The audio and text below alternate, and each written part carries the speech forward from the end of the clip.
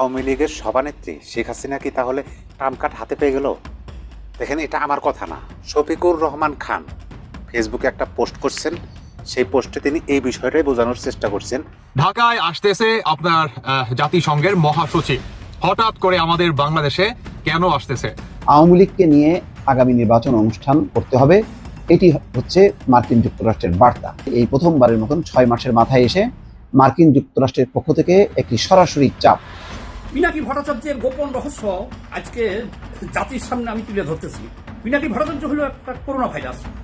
বিশ্বকে না পারলেও এই বাংলাদেশের এই জনপদটাকে সে কিভাবে ধ্বংস করে দিতেছে সেগুলো তো আপনারা দেখতেছেন।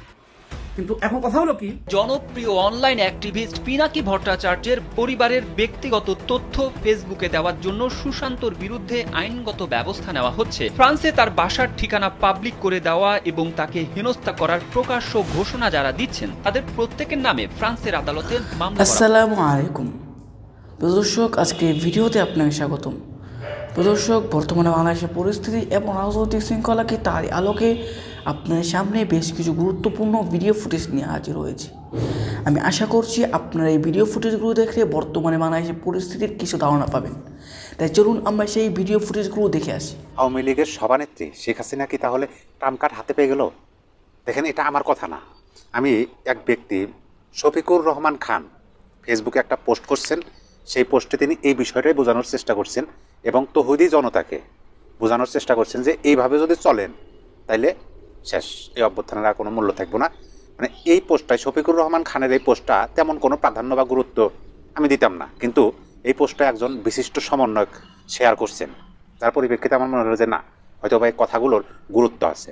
আমি এই পোস্টের কথাগুলো আপনাদেরকে একটু পড়ে শোনাই, আপনারা একটু বোঝেন যে আমি যে বললাম যে শেখ হাসিনা কি তাহলে ট্রাম্প কার্ড হাতে পেয়ে গেল কিনা। তিনি লিখছেন প্রথম ইঞ্চে, গত 6 মাসের কষ্ট অনেকটাই বৃথা হয়ে গেল। বইমেলাতে হামলার মধ্য দিয়ে মোদি, ভারত আর হাসিনার হাতে এ যাবৎকালের সবচেয়ে শক্তিশালী অস্ত্রটা তুলে দেওয়া হলো। ইনি কিন্তু স্পষ্ট ভাষায় বলছে, বইমেলায় হামলা করছে হয়েছে তৌহিদি জনতা। কী জন্যে? তসলিমা নাসরিনের বই এবারের অমর একুশে বইমেলায় পাবলিশ হয়েছে, সেই স্টলে তৌহিদি জনতা হামলা করছে, সেটা তো ভিডিও ফুটেজে সংবাদ হয়েছে।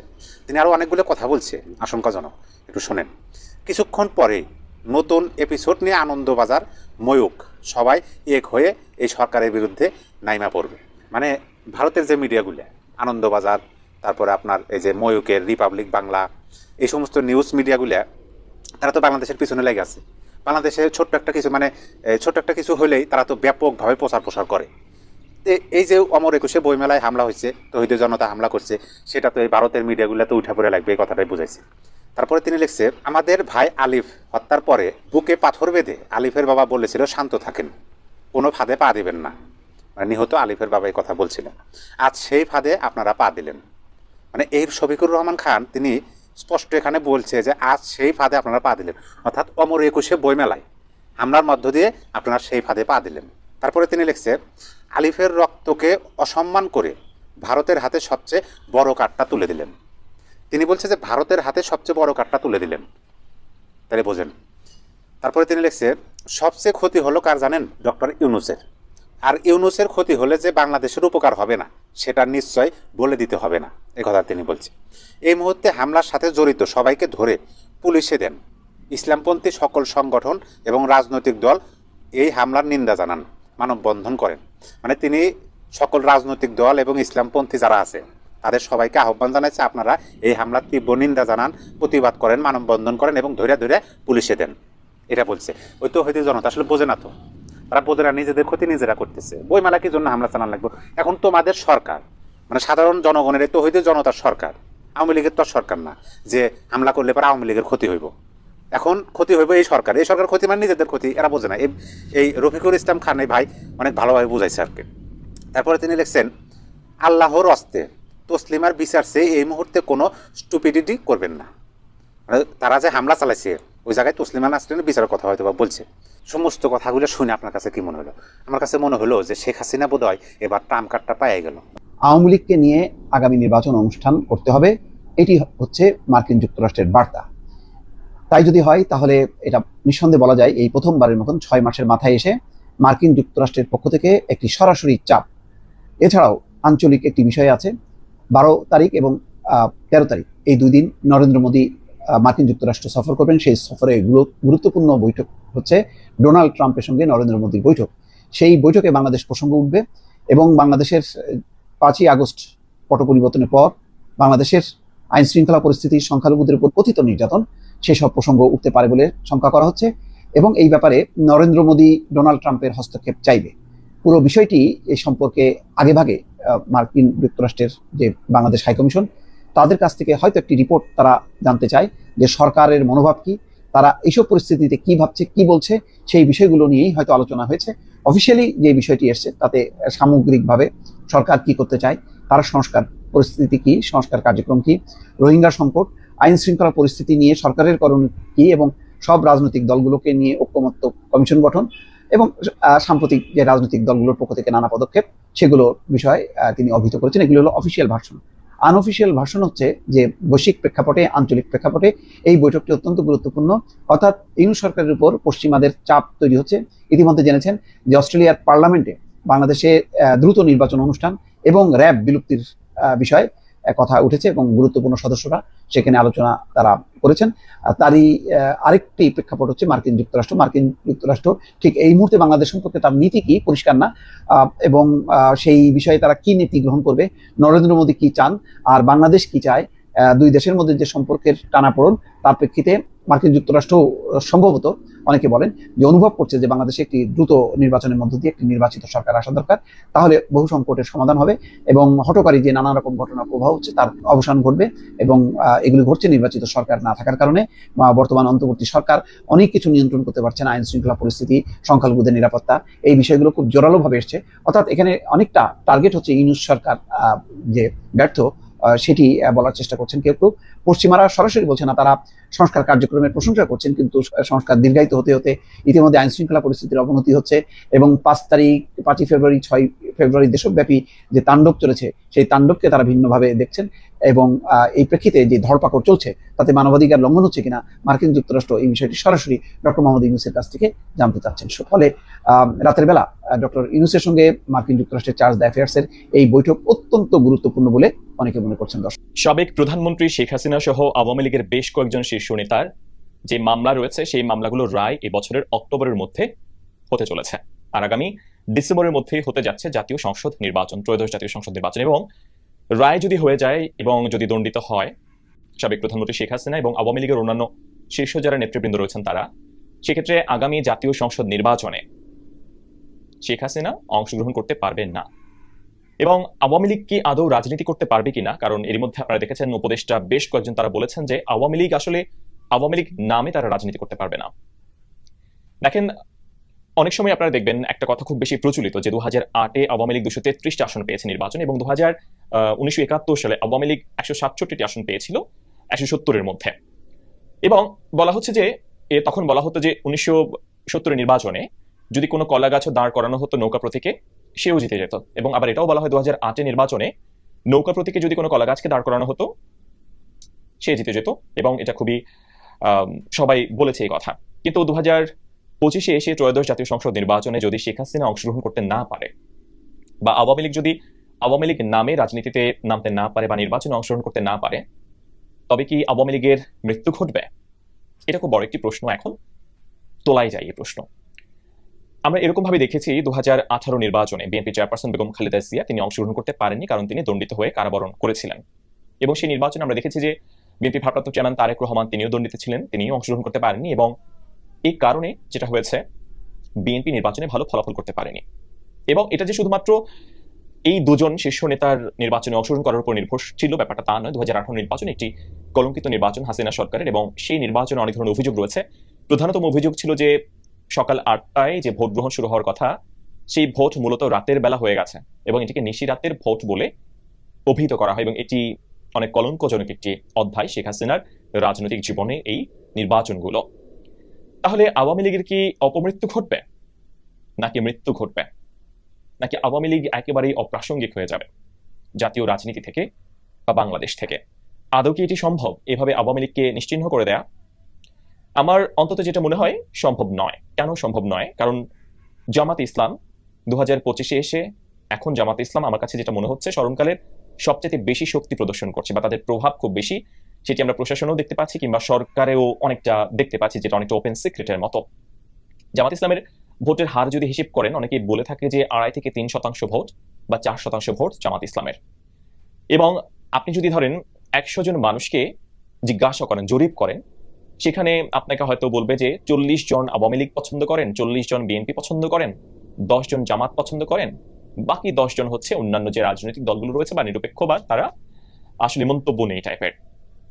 তো আওয়ামী লীগকে তখনই পুরোপুরিভাবে নিশ্চিহ্ন করে দেওয়া যেত বা সম্ভব হতো, বা আওয়ামী লীগকে অপ্রাসঙ্গিক করে দেওয়া সম্ভব হতো, যখন আওয়ামী লীগের ব্যাপারে সাধারণ মানুষ, যারা সাধারণ একেবারে খেটে খাওয়া মানুষ, তাদের মন্তব্যগুলো যদি জানা যেত।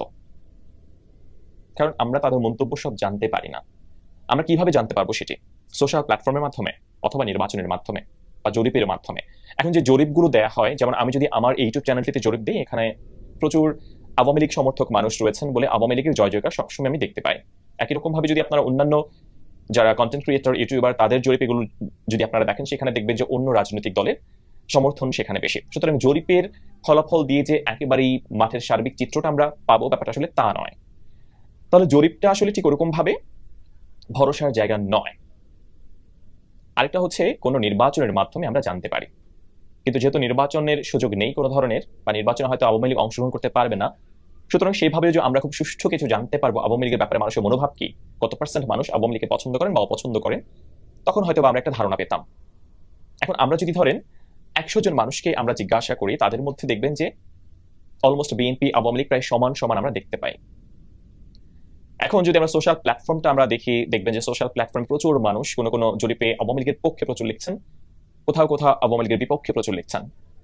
সুতরাং সোশ্যাল প্ল্যাটফর্ম দিয়ে আমরা আসলে আওয়ামী লীগের মাঠ পর্যায়ে জনপ্রিয়তা কমেছে নাকি বেড়েছে, নাকি আওয়ামী লীগ অপ্রাসঙ্গিক হয়ে গেছে, এটা আসলে আমরা মাপতে পারবো না। যে বাংলাদেশে আসলে কি হচ্ছে, আমাদের সেই গর্বের সম্মানের সমন্বয়করা বা সমন্বয় পরিচয় এখন কি হচ্ছে। আজকে সকালেই আমি একজন ঊর্ধ্বতন সরকারি কর্মকর্তার সঙ্গে কথা বলছিলাম। তিনি আমার সঙ্গে দেখা করতে এসেছিলেন, অত্যন্ত উপরের লেভেলের একজন কর্মকর্তা, জাস্ট কষ্টের কথা, দুঃখের কথা জানাতে। তার অফিসে একটা টেন্ডার এর কাজ হয়েছে, 5টা কোম্পানি সেখানে পার্টিসিপেট করেছে, ইভালুয়েশন হয়েছে, এবং ইভালুয়েট করতে গিয়ে দেখা গেছে যে 5টি কোম্পানির কোনোটি কোয়ালিফাই করে না। যে কোম্পানিটি লোয়েস্ট হয়েছে তার হয়ে সমন্বয় পরিচয়ের 4-5 জন তার অফিসে গতকাল গিয়েছিলেন। গিয়ে প্রায় 40 থেকে 45 মিনিট তার সঙ্গে উচ্চবাচ্য করেছেন, ভীষণ রকমের খারাপ ব্যবহার করেছেন। তাদের বক্তব্য হচ্ছে কাজটা তাদেরকে দিতে হবে, ওই ভদ্রলোককে দিতে হবে। সরকারি কর্মকর্তা বলেছেন যে প্রথমত টেকনিক্যাল কমিটি, ইভ্যালুয়েশন কমিটির আমি মেম্বার নই, দ্বিতীয়ত এটা আমার কিছু করবার নেই, এটা একটা প্রক্রিয়ার ব্যাপার, এবং ইতিমধ্যেই যেহেতু এই টেন্ডার প্রক্রিয়াটি বাতিল হয়েছে, যেহেতু কেউ কোয়ালিফাই করেনি, নতুন করে টেন্ডার হবে, এখানে তার কিছু করবার নেই। সমন্বয়করা মানতে নারাজ, তাদের দাবি, তারা আন্দোলন করেছে, অভ্যুত্থান করেছে, শেখ হাসিনাকে বিদায় করেছে। কাজে এই শেখ হাসিনার আমলে লেসপেন্সার বা শেখ হাসিনার লেসপেন্সার ওই সব কর্মকর্তাকে বলছিলেন, এবং আমি জানি ওই কর্মকর্তার রাজনৈতিক পছন্দ অপছন্দটা কি, সেটা কোনোভাবেই শেখ হাসিনার বা আওয়ামী লীগের সঙ্গে তিনি কোনো কালেই কোনো আমলেই না পারিবারিকভাবে না কোনোভাবে যুক্ত ছিলেন। তো তাদের বক্তব্য হচ্ছে যে এখন আমাদের কথায় সব চলবে, 15 বছর আমরা বিদায় করেছি, 15 বছর কিছুই আমরা রাখবো না, আমরা যা বলবো তাই করতে হবে। উনি তাদেরকে বোঝাবার চেষ্টা করেছেন যে তোমাদের বয়স আমার সন্তানের বয়সী, তোমরা আমার সঙ্গে এরকম ব্যবহার করছো কেন। তারা নারাজ, তারা তার কথা শুনতে রাজি নন, যাচ্ছে তাই রকমের ব্যবহার করেছেন। এবং কথায় কথায় ওই কর্মকর্তা জিজ্ঞেস করেছেন, তারা তাদের মধ্যে মূল যিনি, তিনি ঢাকা বিশ্ববিদ্যালয়ের ছাত্র, সেই পরিচয় তিনি দিয়েছেন। তাকে জিজ্ঞেস করা হয়েছে তার রাজনৈতিক পরিচয়, এখন তো রাজনৈতিক পরিচয় সমন্বয়ক। আগে তুমি যখন ছাত্র ছিলে বা শেখ হাসিনা আমলে তুমি কি করতে? কথায় কথায় সেই ছেলেটি বা সেই মহামান্য সমন্বয়ক বললেন যে তিনি ছাত্রলীগ করতেন। ঊর্ধ্বতন কর্মকর্তা, সরকারি কর্মকর্তা একটি সাহস নিয়েই বললেন, তাহলে সেই ছাত্রলীগের আচরণটাই তোমরা এখন অব্যাহত রেখেছো, পরিবর্তনটা কি হলো? কোনো কথা শুনতে নারাজ, তাদেরকে কাজ দিতেই হবে। এবং এরকম পরিস্থিতিতে অনেকক্ষণ বাকবিতণ্ডার পরে অন্য একজন তাদের মধ্যে বলছে এখানে কথা বলে লাভে, এদেরকে অন্যভাবে শাস্তি করতে হবে। সেখান থেকে বেরিয়ে গিয়ে পরে তার ঘনিষ্ঠ জনদের হুমকি দেওয়া হচ্ছে, তার অফিসের অন্যান্য কর্মকর্তাকে ওই সমন্বয়করা ফোন দিয়েছেন। তাদের নাম, ঠিকানা, ফোন নাম্বার এখন আমার কাছেও আছে, অন্তত যিনি যোগাযোগ করে প্রধান ব্যক্তি হিসেবে, দলনেতা হিসেবে সেখানে গিয়েছিলেন। ওই সরকারি কর্মকর্তা তার সংশ্লিষ্ট মন্ত্রণালয়ের উপদেষ্টাকে বিস্তারিত জানিয়েছেন। উপদেষ্টা তাকে বলেছেন যে তার অবস্থানটাই ঠিক আছে, ওদের কথায় সায় না দিতে। কিন্তু প্রশ্ন হচ্ছে যে হুমকি ধুমকি নিয়ে এই কর্মকর্তার যে মানসিক অবস্থা, সেখান থেকে তাকে রক্ষা করবে কে? এবং আরেকটা কথা তিনি বলছিলেন যে তার দপ্তরেরই আরেকটা জায়গায়, আরেকটা টেন্ডার প্রক্রিয়াতে, সেখানে এই সমন্বয়ক নামে কয়েকজন গিয়ে দাবি করেছেন তাদের পছন্দের কোম্পানিকে কাজ দিতে হবে। সেখানেও যেহেতু তারা কোয়ালিফাই করে না, তাদেরকে দেওয়া সম্ভব নয়, তখন সমন্বয়করা তাদেরকে চাপ দিলেন যে তাহলে এমন কাউকে কাজটা দিতে হবে, বা যাকে কাজটা দেওয়া হচ্ছে তার সঙ্গে তাদেরকে ট্যাগ করে দিতে হবে। এটা একটা উদাহরণ আমি বললাম, এরকম শত সহস্র উদাহরণ এখন সারা বাংলাদেশ জুড়ে তৈরি হয়েছে। যে কোনো ব্যবসায়ীর সঙ্গে আপনি কথা বলেন, হয়তো সাহস করে প্রকাশ্যে কেউ বলবে না কি তাদের অবস্থার কোনো বদল হয়েছে কিনা। ওই যে শেখ হাসিনার কথায় তারা তাল দিতেন, তেল দিতেন, কেন দিতেন সেটা আমরা তো বুঝতাম না, দিতে পারলে ভালো হতো, কিন্তু তারপরে অনেকে দিয়েছেন, তাদেরকে আমরা গালবন্ধ করি, সেটাও স্বাভাবিক, অনেকে সেটা পাবারও যোগ্য। কিন্তু কতক্ষণ? যার শত শত হাজার হাজার কোটি টাকার স্টেক আছে তার জন্য কতক্ষণ সম্ভব? তারপরে আরেকটা বিষয় আমি একটু আলোচনায় আনতে চাই। এই যে কথায় কথায় এখন পত্রপত্রিকা আমরা দেখি নানান জনের দুর্নীতির খবর, আমরা কি একবারও খবর নিচ্ছি এই দুর্নীতির খবর কিভাবে ছাপা হচ্ছে? আপনাদের স্মরণ থাকবার কথা, 2007-এর কথা বলতে গিয়ে টেনে মুন্নি সাহার সঙ্গে আলোচনার সময় ডেইলি স্টার সম্পাদক মাহফুজ আনাম বলেছিলেন যে 2007-8-এ তারা বিভিন্ন গোয়েন্দা সংস্থায় ফিট করা রিপোর্ট করতেন, ছাপতেন, যেটা একমাত্র বাংলাদেশে নিউজ সম্পাদক নুরুল কবির ছাপেননি। মাহফুজ আনামের কথা আমার নয়। এবং সে কথা বলে এই সরল স্বীকারোক্তি করতে গিয়েও তিনি বিপদে পড়েছেন, তার বিরুদ্ধে অনেক মামলা হয়েছে সারা দেশে, তাকে সারা দেশে ছুটোছুটি করতে হয়েছে, ভোগান্তি পোহাতে হয়েছে। এখনো সেই অবস্থা আছে। এই যে বিভিন্ন সংস্থা, দুর্নীতি দমন কমিশন, জাতীয় রাজস্ব বোর্ড, বাংলাদেশ ব্যাংক, বিভিন্ন গোয়েন্দা সংস্থা, আইন শৃঙ্খলা রক্ষাকারী বাহিনী, যা খুশি তা একটা রিপোর্ট দিয়ে দিয়েছে। হ্যাঁ, তদন্তের প্রক্রিয়ার মধ্যে বা যখন যে পর্যায়ে তদন্ত আছে সেখানে হয়তো সেটা মনে হচ্ছে যে তিনি দোষী, কিন্তু একজনকে আদালতে চূড়ান্তভাবে প্রমাণ করবার আগে কতটা দোষী বলা যায় এবং সেটার মিডিয়া ট্রায়াল করা যায় কিনা সেটা খুঁজে দেখা দরকার। তৃতীয়ত, কিছু কিছু সাংবাদিক বিভিন্ন পত্রপত্রিকা, টেলিভিশনে এই কাজগুলো করছেন অর্থের বিনিময়ে। অনেকে আমাকে বলেছেন, নাম ধরে ধরে বলেছেন, আমি সেটা বলতে চাই না, আমার সেটা বলা দরকারও নেই এবং সেটা আমি বলতে বাধ্য নেই, কিন্তু করিডোরে এই আওয়াজ আছে, এই আলোচনা আছে এবং যে কেউ শুনতে চাইলে, জানতে চাইলে এগুলো বের করা তাদের জন্য খুব কষ্টসাধ্য না। আমি আশা করব আমাদের আইন শৃঙ্খলা রক্ষাকারী বাহিনী, আমাদের গোয়েন্দা সংস্থাগুলো এই বিষয়ে যথাযথ তদন্ত করবেন এবং তারা তাদের দায়িত্বটা পালন করবেন। এবং সরকারি উপদেষ্টা মণ্ডলীতে যারা আছেন, বিশেষ করে সমন্বয়কের মূল নেতৃত্বে যারা আছেন, তাদেরও কাউকে নিয়ে কথা আছে, কিন্তু তারপর আমি বলবো তারা এই বিষয়ে সজাগ এবং সতর্ক হবেন, কেননা তারা রাজনীতি করতে চাইছেন। এবং আমি আরো বিশেষ করে অন্যান্য উপদেষ্টা, বিশেষ করে সিনিয়র উপদেষ্টা এবং আরো বিশেষ করে প্রিয় দর্শক, আমি আশা করছি আপনারা সকলে এই ভিডিও ফুটেজগুলো দেখেছেন। এই ভিডিও ফুটেজগুলো দেখে আপনাদের কি মন্তব্য অবশ্যই কমেন্ট বক্সে জানাবেন।